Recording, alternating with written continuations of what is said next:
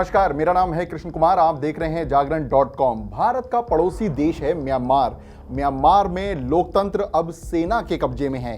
यहाँ की सबसे बड़ी नेता आंग सान सू की फिलहाल हिरासत में है। 1 फरवरी को म्यांमार में सेना ने तख्ता पलट किया था। तख्ता पलट की अगुवाई करने वाले सेना के जनरल मिंग ऑन्ग ह्वेंग ने देश में 1 साल के लिए इमरजेंसी लगा दी है। वहीं आंग सान सू की पर यह भी आरोप हैं कि उन्होंने नेशनल डिजास्टर मैनेजमेंट लॉ का उल्लंघन किया है, यानी कोविड क्राइसिस का उपयोग यहां की सेना ने तख्ता पलट के लिए भी किया है। अब सवाल है, आखिर म्यांमार में ऐसा क्यों हुआ है? दरअसल म्यांमार में सरकार और सेना के बीच नवंबर में चुनाव के नतीजों को लेकर बीते कुछ समय से तनाव चल रहा था। चुनाव में सू की party national league for democracy ने भारी अंतर से जीत हासिल की थी, लेकिन सेना का दावा है कि चुनाव में धोखाधड़ी हुई।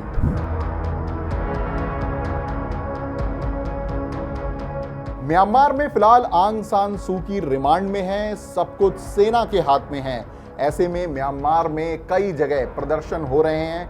लोग बार बार सड़क पर उतर रहे हैं। उनको रिहा करने की, यानी आंग सान सू की को रिहा करने की मांग चल रही है। यहां इंटरनेट बंद कर दिया गया है।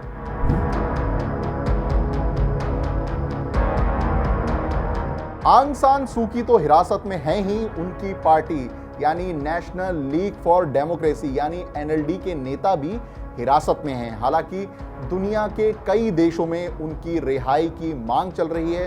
दुनिया के कई देशों ने आंग सान सू के लिए आवाज भी उठाई है।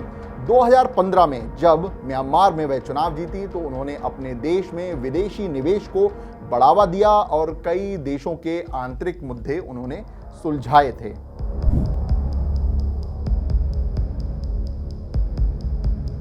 अब बताते हैं आंग सान सू की के बारे में आपको। आंग सान सू की का जन्म रंगून, ब्रिटिश बर्मा में हुआ था। तारीख थी 19 जून 1945। 1964 में उन्होंने दिल्ली यूनिवर्सिटी से ग्रेजुएशन की। 1988 में सू की देश की नेशनल आइकॉन बन गई, लेकिन देश में उथल पुथल मच चुकी थी। लोग मिलिट्री शासन के खिलाफ म्यांमार में प्रदर्शन कर रहे थे। इसी दौरान वह नेशनल लीग फॉर डेमोक्रेसी की जनरल सेक्रेटरी बन गई। इस दौरान उन्हें पूर्व सेना के अधिकारियों का सहयोग भी मिला। 1990 में वह चुनाव जीती। उनकी पार्टी को 80% वोट मिले, लेकिन सेना ने उन्हें शक्ति देने से मना कर दिया। उन्हें हाउस अरेस्ट का सामना करना पड़ा।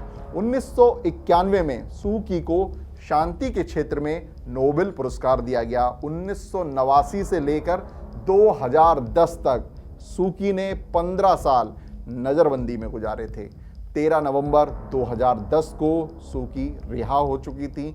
2011 में एक बार उनकी पार्टी फिर से म्यांमार में पंजीकृत हुई।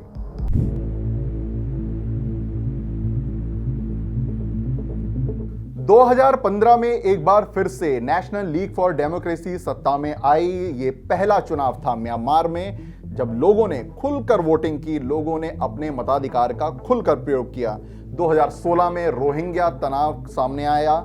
इस दौरान म्यांमार में एक सिक्योरिटी ऑपरेशन शुरू हुआ था। इस कारण 70,000 लोगों को बांग्लादेश की ओर जाना पड़ा, बांग्लादेश की ओर रुख करना पड़ा। इसी दौरान आंग सान सू की पर यह भी आरोप लगे कि उन्होंने रोहिंग्या विवाद पर कुछ नहीं किया, कोई भी अपनी बात नहीं रखी। वहीं पिछले साल आर्मी चीफ मिन ऑन्ग ह्वेंग ने यह भी कहा था कि सिविलियन गवर्नमेंट ने कुछ गलतियां की। वहीं सू की ने जब वोटिंग हुई थी तब ये कहा था अपने वोटरों से कि इन बातों को ना सुने। पिछले साल नवंबर में एनएलडी ने एक बार फिर से चुनाव जीता, लेकिन म्यांमार की सेना जिस यूनियन सॉलिडेरिटी एंड डेवलपमेंट यानी एक जो पार्टी है इसको सपोर्ट करती है, उसने दोबारा चुनाव कराने की मांग की। लेकिन म्यांमार के चुनाव आयोग ने इन दावों को मानने से मना कर दिया और कहा कि दोबारा चुनाव नहीं होंगे। इस दौरान म्यांमार की सेना ने कहा कि वह संविधान की रक्षा करेगी और संविधान कानून के अनुसार चलेगा। वहीं 1 फरवरी को सू की, राष्ट्रपति विन मिंट और अन्य सत्तारूढ़ पार्टियों के लोगों को कैद कर लिया गया मोबाइल इंटरनेट सेवा म्यांमार में बंद हो गई। अब म्यांमार में फिलहाल 1 साल के लिए इमरजेंसी लगी हुई है।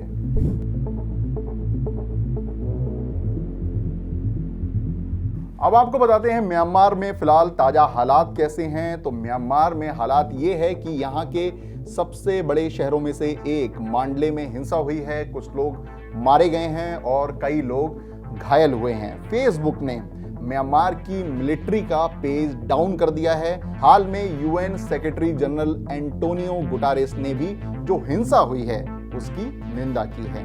म्यांमार में लोकतांत्रिक मूल्यों के लिए प्रदर्शन चल रहे हैं, कई लोग सड़क पर उतर रहे हैं। यूके ने म्यांमार की सेना से जुड़े लोगों पर प्रतिबंध लगा दिया है। इनमें minister of defence general Mya Tun Oo, minister for home affairs lieutenant general Soe Htut, deputy minister of home affairs lieutenant general Than Hlaing शामिल हैं। कनाडा ने भी म्यांमार पर प्रतिबंध लगाए हैं। वहीं अमेरिका के राष्ट्रपति जो बाइडेन ने भी म्यांमार पर प्रतिबंध लगाए हैं। इसी बीच यूएनएचआरसी ने भी हाल में कहा था कि जो भी लोग म्यांमार में कैद हैं उनको तुरंत छोड़ा जाए, रिहा किया जाए। म्यांमार पर दुनिया भर से प्रतिबंध जारी है। वहीं यहाँ की सेना ने यह वादा किया है कि म्यांमार में अब जल्द चुनाव होंगे। भारत का क्या रुख है तो वो भी हम आपको बता देते हैं। भारत के विदेश मंत्री एस जयशंकर की हाल में अमेरिकी समकक्ष एंटनी ब्लिंकन के साथ एक मुलाकात हुई थी, जिसमें म्यांमार में जो ताजा हालात पैदा हुए हैं उस पर बात हुई थी। तो जागरण.com पर यह हमने आपको बताया म्यांमार के विवाद के बारे में, आंग सान सू की के बारे में, म्यांमार में जो तख्ता पलट हुआ है उसकी पूरी कहानी बताई। म्यांमार पर जैसे जैसे अपडेट आएंगे हम आपको बताते रहेंगे। तब तक बने रहें जागरण.com के साथ। आप ये वीडियो YouTube और जागरण टीवी पर भी देख सकते हैं। नमस्कार।